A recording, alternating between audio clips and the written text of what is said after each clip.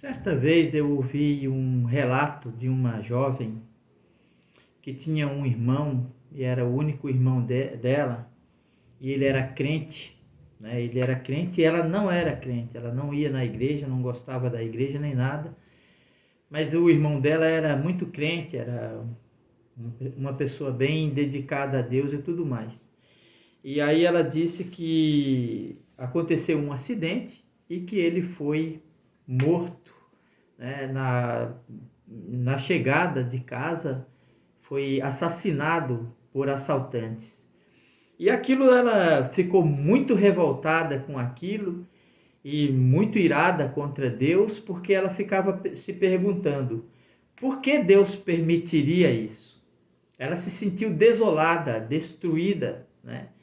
Porque o irmão dela foi assassinado na chegada de casa, quando vinha do colégio, por assaltantes. E acho que ela também já era órfã, ou de pai, ou de mãe, ou alguma coisa assim. A vida dela já era bem difícil. E aí, a partir dali, ela começou a ter uma aversão muito grande à religião e a Deus. E disse assim que não queria nunca mais saber de religião e que agora, né, a partir dali, era que ela não ia querer saber. Bom, ela já não queria saber de Deus, né? E depois desse fato, isso só foi uma coisa a mais que fez com que ela tomasse a decisão de não querer mais nada com religião e ter aquela aversão a Deus. Eu digo o seguinte, que se nós não tivermos um conceito correto a respeito de Deus, nós nunca vamos ter uma comunhão satisfatória com Ele, né? Não vamos dizer uma comunhão perfeita, porque se não existe perfeição da nossa parte, então não pode existir nunca uma comunhão perfeita, mas uma comunhão satisfatória, uma comunhão que nos dê as condições de caminharmos junto com Ele, compreendendo quais são os seus propósitos e os seus motivos. Eu quero ler uma porção da palavra de Deus no livro de Gênesis, no capítulo 4 e versículo 6, que diz assim: E o Senhor disse a Caim: por que te iraste? E por que descaiu o teu semblante? Se bem fizeres, não haverá aceitação para ti? Não é certo que tu serás aceito? E se não fizeres bem, o pecado jaz à porta. E sobre ti será o seu desejo, mas sobre ele tu deves dominar. Deus chega para Caim, que ficou com raiva, de Deus, porque Deus aceitou o sacrifício de Abel e não aceitou o sacrifício dele. Então Deus chega para ele e diz assim: por que você está irado? Se você fizer direito, eu também vou atender você. Agora, se você continuar nesse caminho, né, de fazer as coisas erradas, o pecado, o desejo de pecar está perto de você. Mas você tem que dominar este desejo. Bom, ao ler essa palavra, eu me lembro o que me trouxe a ler essa palavra, é um assunto que eu quero trazer hoje aqui, a respeito do olho que tudo vê. Esse olho que tudo vê, todo mundo conhece, nós conhecemos como um símbolo da maçonaria, né? Aquele olho dentro de uma pirâmide, né? Que é o olho que tudo vê. E conhecemos ele mais como um símbolo da maçonaria, e porque também ele se encontra no verso da nota de $1. Mas a verdade é que esse símbolo, ele é um símbolo cristão. Desde o século XV, ele era um símbolo cristão. Originalmente era um símbolo cristão. E lá pelo século XVII, ele foi utilizado como um carimbo, né? O grande selo do governo dos Estados Unidos para selar documentos oficiais. E lá pelo século XVIII, por aí, ou depois disso, é que ele se tornou um símbolo da maçonaria e outras coisas assim. Nós podemos ver aquele olho também naquele quadro que no quadro Os Dois Caminhos, né? Eu me lembro muito bem do quadro Os Dois Caminhos, onde tem o caminho da perdição e o caminho da salvação, e lá em cima tem um olho, né? Observando todas as coisas. Aquele é o olho de Deus, é o olho que tudo vê, quer dizer, Deus está vendo todas as coisas. E aí eu fico pensando assim, já me questionei várias vezes, né, a respeito disso. Aquele questionamento que existe na maioria das pessoas que diz assim, por que que Deus permite isso? Por que que Deus permite isso? Essa é sempre as coisas, né? Por que Deus permite? Nós deveríamos tomar uma atitude diferente com respeito a essa questão e mudar esta forma, esta fala, né? Esta frase. E não é dizer assim, por que Deus permite? Porque na realidade Deus não permite, né? Deus não permite essas coisas. O correto seria dizer assim, por que Deus não intervém? Por que Deus não impede essas coisas de acontecer? Porque na realidade Deus não permite, Deus não permite. Né? Claro que Deus falou para Adão, Adão, eu não permito que você coma dessa árvore, você pode comer de todas as árvores que tiver no jardim, mas dessa árvore você não pode comer. Quer dizer, Deus te permitiu comer dessa árvore, Adão? Não, Deus não permitiu. Então por que você comeu? Desobediência. Aí por que Deus não o evitou se ele estava olhando? Deus estava vendo Adão. Deus estava vendo Eva. Ele viu quando eles pegaram ali, mas Deus não impediu. Deus não interferiu. Deus não impediu, né, que eles fizessem aquilo. Mas Deus não permitiu. Eles fizeram aquilo contra a permissão de Deus. Eles fizeram aquilo sem a permissão de Deus. Da mesma maneira que Deus advertiu Caim, dizendo, olha Caim, eu vejo que há um mal no seu coração, um desejo de vingança, de raiva, tudo mais. Eu aviso para você, não faça isso. Né? Talvez Deus já tinha percebido no coração, no entendimento de Caim, que a intenção dele era matar Abel. Tipo assim, eu vou acabar com Abel, eu vou destruir esse camarada. Né? O dia que eu estiver com ele sozinho, eu vou matar. Então Deus disse assim, não faça isso. Não faça isso. Quer dizer, então quando chegou no momento onde só tinha os dois no campo, ninguém estava vendo, né? Então Caim olhou para um lado, não tinha ninguém, eles estavam sozinhos no campo, Abel não podia fazer nada, certamente ele chegou, se levantou contra ele com um pedaço de pau ou uma pedra, não sei, e atacou, mas alguém estava vendo. Se eu ver uma pessoa maltratar uma criança, maltratar um cachorro, ou batendo numa mulher, ou enfim, fazendo qualquer maldade, ou querendo matar outro homem, e eu puder interferir, eu vou interferir. Eu e qualquer pessoa que tenha consciência das suas responsabilidades vai interferir. Outros vão virar as costas e vão correr. Né? Ver uma pessoa matando outra, eu vou embora que é para eu não morrer também. Né? Ou ver alguém maltratando uma criança ou maltratando um cachorro e se acovardam e saem. Eles ficam com a culpa também. Mas se nós vermos isso, a responsabilidade é nossa. Né? E nós não vamos deixar isso acontecer. Nós vamos interferir. Mas Deus está olhando. Deus está vendo. Os crimes mais hediondos são cometidos debaixo dos olhos, sob o olhar misericordioso de Deus. Então, a questão é, por que Deus não intervém? Não é porque Deus permite. Deus não permite. Deus está olhando aquilo com o ardor da sua ira. O Salmo 139 mostra que Deus está em toda parte. E diz outro salmo, outra passagem bíblica, não o Salmo 139, que é muito conhecido dos cristãos, né?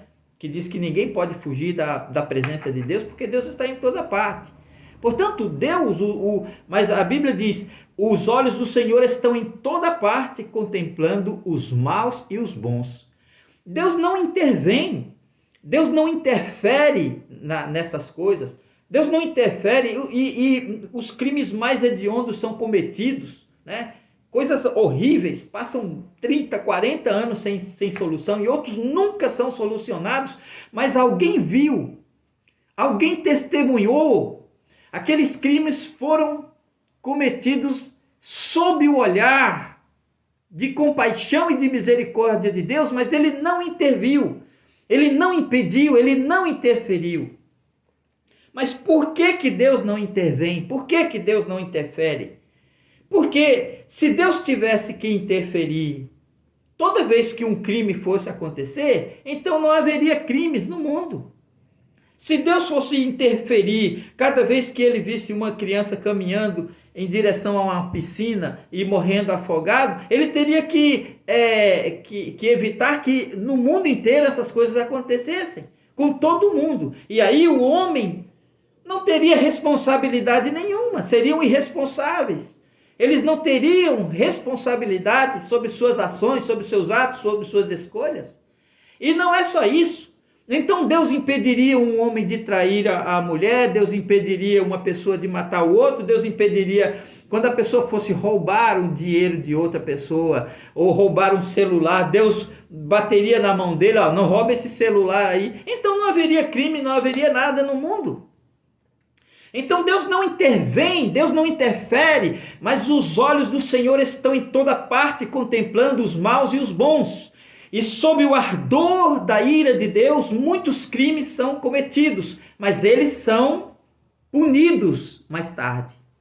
Então Deus estava ali olhando para Caim, matando o irmão Abel, e depois que ele matou, então Deus chega para ele e pergunta: onde está Abel, teu irmão?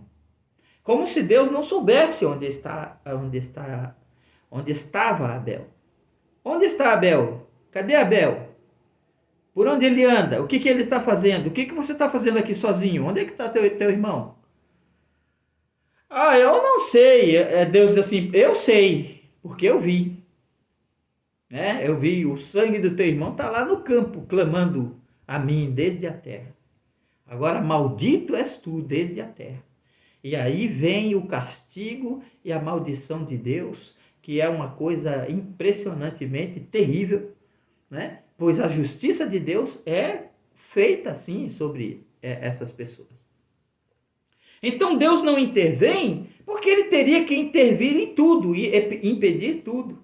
Mas nós temos nossa liberdade, nós temos responsabilidades. A liberdade nos dá responsabilidade. Se amamos a nossa liberdade, temos que ter responsabilidade com ela. Então, quando Deus criou o mundo, disse assim: olha, dominai, enchei a terra, sujeitai a terra. Quer dizer, agora é com vocês, eu só vou ficar olhando. Aí alguém pergunta: tá, mas Deus não impede que coisas ruins aconteçam? Impede. Aí entra a questão, por exemplo, muito importante, que poucos cristãos dão valor. É a questão da oração. A oração é um pedido de intervenção divina. É como se nós abríssemos a porta, dando a Deus permissão para intervir na nossa vida através do nosso pedido. Esse é o fundamento da oração. Por que a gente tem que pedir as coisas se Deus sabe que a gente precisa dela? Por causa disso. Antes, Jesus diz assim: não useis de vãs repetições, porque o Pai sabe do que vocês precisam antes mesmo de vocês pedirem. Então se ele sabe do que eu preciso antes de eu pedir, então por que eu tenho que pedir? Porque Deus precisa dessa sua permissão para ele intervir na sua vida. Este é o sentido da oração. A lógica da oração é essa: pedir a Deus. Então você pede a Deus a proteção, você pede: Senhor, guarda meu filho, guarda. Então quando Deus guarda o teu filho, livrando ele de um acidente, livrando de uma coisa mal, Deus está fazendo uma coisa que você autorizou ele a fazer. Você autorizou ele a fazer. Então Deus está fazendo isso, e Deus vai fazer sim, sempre. É aí onde entram as promessas de Deus, As promessas do Salmo 91, 1000 cairão a teu lado, 10.000 à tua direita, tu não serás atingido, e Deus te guardará disso, te livrará daquilo, e não deixará tropeçar os teus pés. Então Deus vai ter um cuidado da sua vida. Mas aquele que habita no esconderijo do Altíssimo, Aquele que vive em comunhão com Deus, aquele que vive escondido e guardado, dizendo assim: Deus, eu estou aqui porque eu quero a tua proteção. Eu quero viver debaixo da tua proteção divina. Por isso me guarda e me protege. Então Deus age. Então a questão não é por que Deus permite. Deus não permite. Deus não permite, ninguém tem permissão de roubar, ninguém tem permissão de matar, ninguém tem permissão de destruir, ninguém tem permissão para mentir, ninguém tem permissão para andar fazendo, cometendo imoralidade por aí. Mas eles fazem porque são livres para fazer o que bem entenderem e o que bem quiserem. E assim como Deus dá essa liberdade, deixa você fazer coisas que parecem boas e vantajosas, Deus também deixa acontecer as mesmas coisas que trazem terror, tristeza, angústia e medo para a sua vida. Da mesma maneira que Deus deixa você roubar e você acha que está tendo uma vantagem, deixa você ser desonesto e você acha que está tendo vontade, da mesma maneira Deus deixa seu carro cair num precipício e você morrer. Porque se ele tivesse que impedir você de andar a 200 km por hora numa estrada, se ele tivesse a obrigação de impedir isso, ele também impediria você de ser desonesto. Mas aí Deus nos dá total e completa liberdade para fazermos o que nós bem entendemos. Então, o olho de Deus, o olho que tudo vê, está em toda parte. Os olhos do Senhor estão em toda parte, contemplando os maus e os bons. O que nós devemos é assumir nossa responsabilidade. Responsabilidade com a liberdade que Deus nos deu. Nós somos mordomos dos bens que Deus nos deu. Nós somos mordomo da nossa vida, mordomos do nosso patrimônio, mordomos da nossa família. Mordomos é o que nós somos. Né? Mordomo é aquela pessoa que cuida dos bens de outra pessoa. Então foi nos entregue a nós. A nossa vida, nossa liberdade, nossa família, nossos bens materiais, nosso patrimônio, isso é uma responsabilidade nossa. Não existe, não pense, não bote isso na sua cabeça, porque esses ensinos que muitas vezes as pessoas adotam por aí, eles só levam a mais confusão ainda. Tipo assim, uma pessoa, eu sou controlado pelo Espírito Santo. Deus não controla ninguém. Deus controla todas as coisas e não controla nada. Ele controla todas as coisas porque ele tem poder sobre todas as coisas e pode intervir a hora que ele bem entender. Mas ele não faz isso, ele não intervém. Deus intervém o mínimo possível na vida dos homens. Somente quando ele julga que ele é a única pessoa capaz de fazer a determinada coisa, então ele faz. Mas enquanto ele souber que aquilo é responsabilidade de um e de outro, ele não vai intervir. Mas então não existe esse negócio de mulheres controladas pelo Espírito Santo, homens controlados pelo Espírito Santo, pessoas controladas. Deus não controla a vida dos outros. Aliás, quem gosta de ter esse controle sobre a vida dos homens é o diabo, através da escravidão. É Satanás. Esse negócio de controle, de controlar a sua vida, de controlar você, isso é coisa do diabo. Deus nos dá liberdade, Deus nos dá liberdade para fazermos o que bem entendemos na nossa vida. Anda pelo caminho dos teus olhos, pelo caminho do teu coração, pela vista dos teus olhos. Sabe, porém, que de tudo isso Deus te pedirá conta.